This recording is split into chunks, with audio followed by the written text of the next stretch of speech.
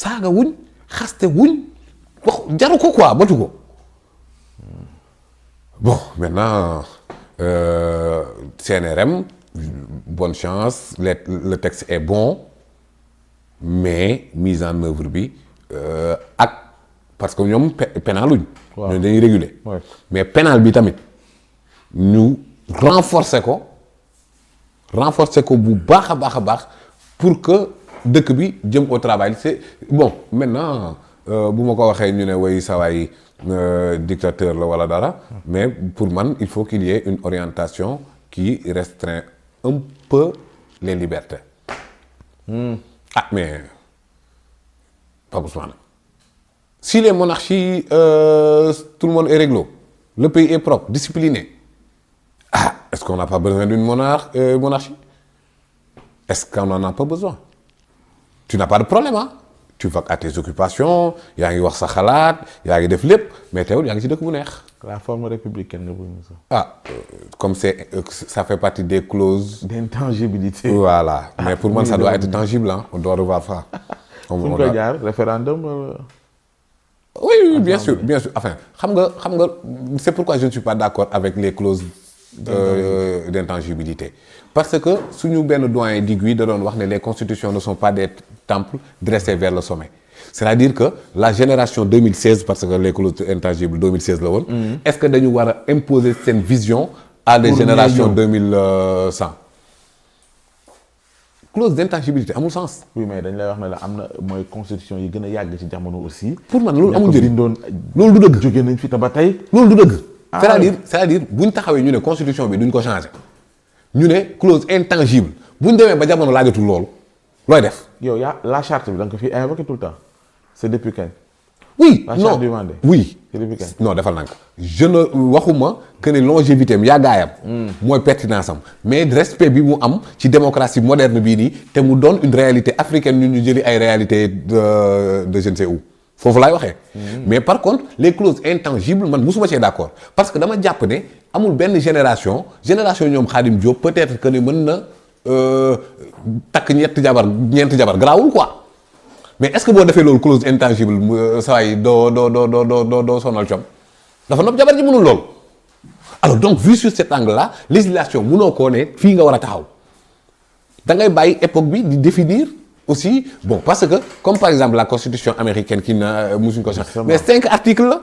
justement 5 articles la fondamentaux wu république bi la wax.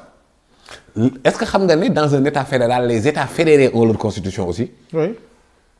états fédérés yi da ngay gis par exemple ñu ne Texas am na peine de mort amul New York amul parce que dañoo garder ñoom seen réalité constitutionnelle. donc kon li ñuy fédéré yëpp 5 articles kese la. mu delluwaat ci la forme républicaine la rigidité de la séparation des pouvoirs terminé maintenant dëkk bu ci nekk ak say réalités socioculturelles yaa ngi changer les lois au fur et à mesure lenn kese mooy soppeeku ci état fédéral.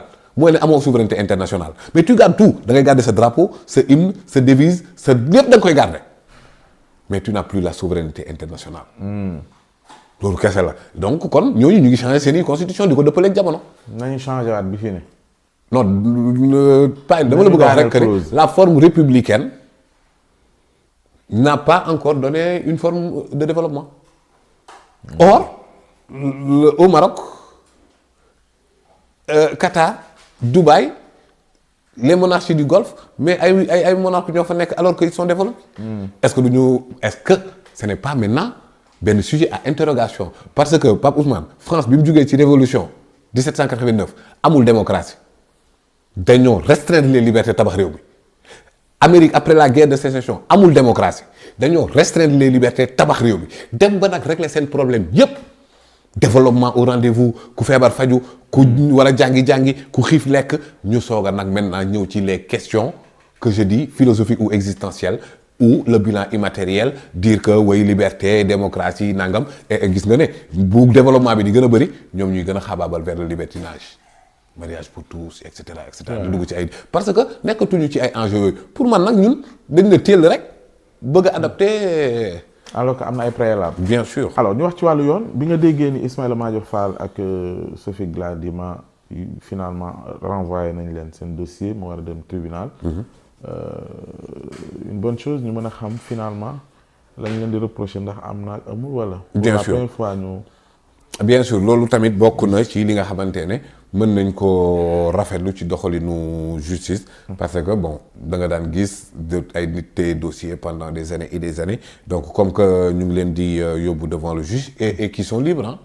Ouais. nekkuñu ci détention ouais. donc déjà loolu la ñoom ñoo doon wax la liberté c'était l'exception mais avec eux c'était pas l'exception actuellement là la justice liberté moom mooy la règle léegi nag def de tout que ñu juger leen le plus rapidement possible situer les responsabilités bu dee d'accord ñu dem appel bu dee d'accord nañ mooy loolu mais au moins mu am procès mais c'est pas tout li ñu leen di toppee ak ñun li ñu dóor wax ma ñoom ñoo ñu dóor nag li ñu dóor pour man comme yàlla ak yaari te loolu it ni ñu def ci dossier yooyu nañ ko def ci yeneen i dossier dañ ko def ci rapport yi nañ teg rapport yi mais Pape Ousmane li ma lay wax ne que on a un problème de mise en œuvre waxuñu woon ne rapport yëpp dañ koy teg ci table justement loolu anam anam.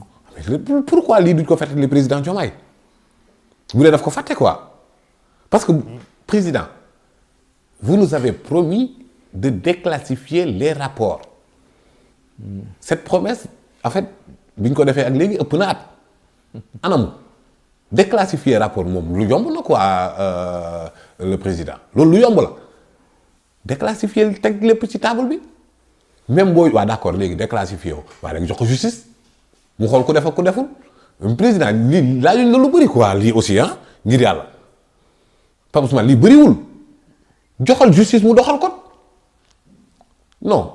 yan rapport la doo ko fàttali peut-être. bëri na IGE Cour des comptes IGF yëpp tegal ci table bi non bul ma ne da nga bëgg a teg coalition moom moo tax ne duñ ñu xool suñu nu ñu yore woon réew mi monsieur le président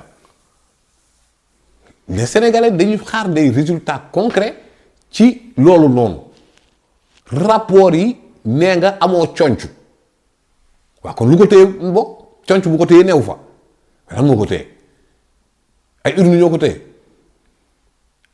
ay ut base politique moo ko téye dañoo bëgg a xam quoi président Diomaye yërëm ñu vraiment sénégalais yi sonn nañ ci ñuy dóor seen alal te du am benn enquête du am benn procédure sénégalais yi dañoo sonn ci di dajale seen dërëm ak seen ñax dërëm nekk ci mbay bi ñii nekk ci napp gi marchand ambulant yi ci naaj bu tàng bi baykat ya ci àll ba muy taw seen kaw ñun ñëpp dajale seen xaalis nit ne ko tungaañ ay rapport ne ko ciix président rapport boobu tegal ko suñu kaw table président xam nga luy bay ak ni mu mettee alalu bay moo la jëndali fourniture donc kon rapport yi nga xamante ne mi ngi ci kaw table bi nee nga amoo conc boo ko teg kon lu ko téye ah wax dëgg yàlla nag Pape Ousmane bu jaree ñu ñaan ko kay ñu ñaan ko. waaw en attendant élément nouveau bi ci dossier Mame Mbaye Niang Sonko waaw jàpp nga ni ginnaaw